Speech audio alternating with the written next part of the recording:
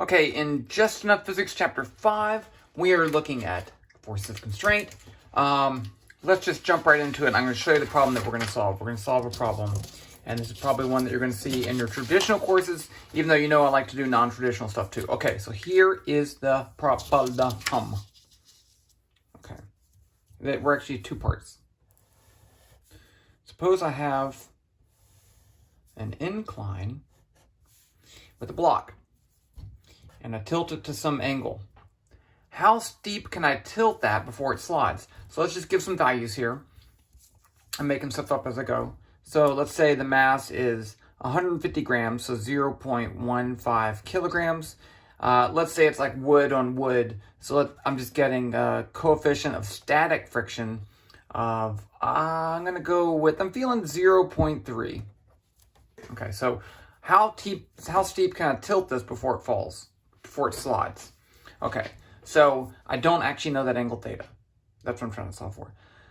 Let's start off with a free body diagram, but this is your key thing.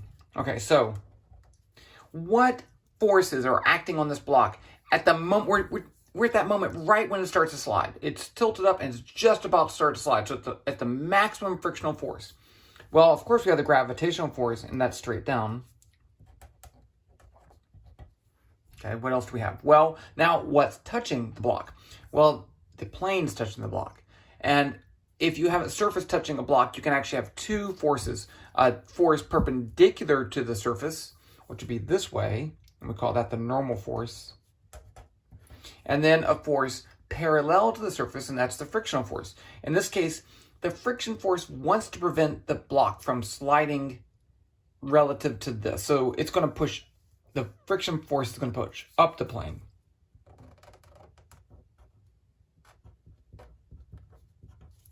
There we go.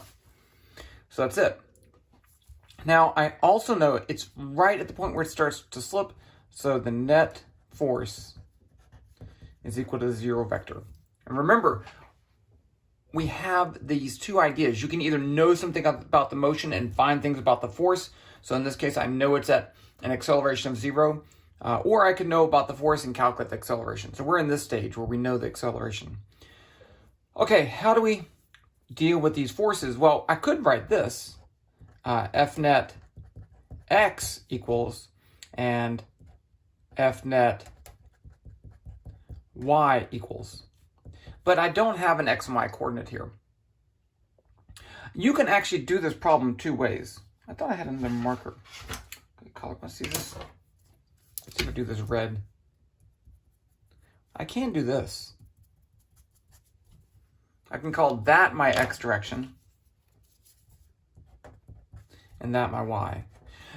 These are not real coordinates, so you can really put them wherever you want. You do want to make sure that y and x are perpendicular to each other, or you're opening up a whole can of worms. Trust me on that one.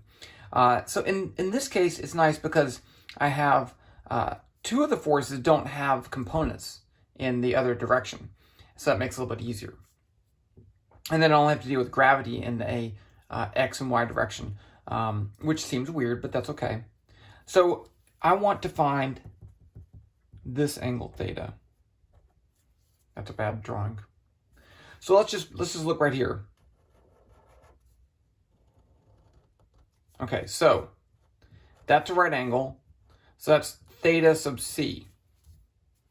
This is a right angle. So this is theta. So that's theta. Got it? Okay. So in the x direction, let's do the net forces in the x direction. I have the friction forces in the negative x direction. So I have negative F friction static. And this is the maximum frictional force. And then I have a component of the gravitational force.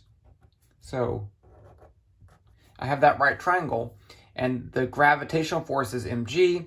The opposite side of that's going to be mg sine theta. So this is going to be plus mg sine theta equals 0.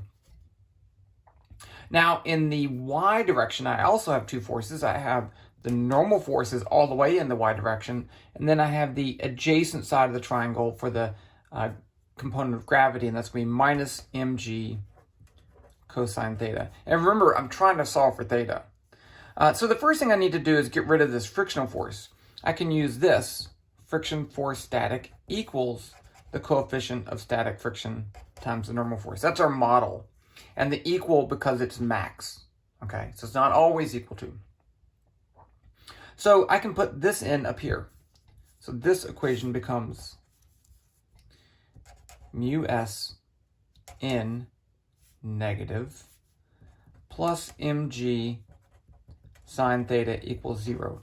Now I want to get rid of the n, so I can solve, this is equal to 0 up here.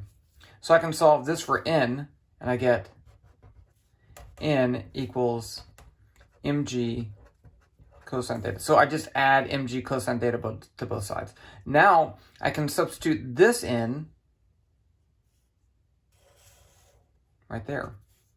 So I get negative mu sub s times n, which is mg cosine theta plus mg sine theta equals 0.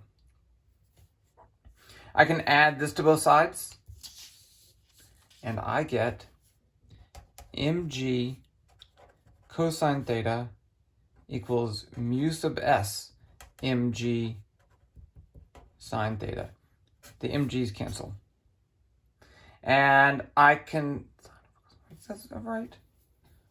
Mg, the mu, no, I guess that's right. Okay, so now I can, let's just divide both sides by, I thought it was sine over tangent theta equals mu s. Now I'm questioning my choices here.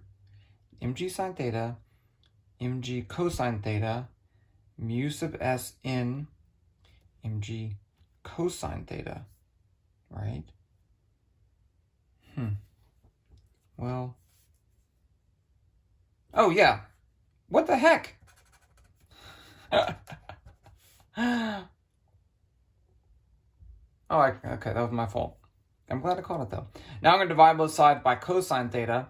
And I've just done the, I wouldn't have caught this error, but I've done the problem a bunch of times and I knew the answer. Okay, so mu s divided by cosine, I get sine theta over cosine theta. Sine over cosine theta is tangent theta. So now I want to solve for theta, and I get theta equals inverse tangent of mu sub s. And you'll notice here, it doesn't matter what the gravitational constant is. It doesn't matter what the mass of the object is. The point that when it starts to slide depends only on the coefficient of friction. And let's just put that in. I have my calculator over here. So I had a coefficient of 0.3. So mu s equals 0.3. Theta equals arctangent of mu s. And I'll print that in angles of degrees. Theta times 180 divided by pi. And I get theta equals 16.7. Boom. There you go. Okay. Let's do another problem on the next episode. Oh, like this, subscribe, all that fun stuff. Let's make this happen, people. Okay, bye.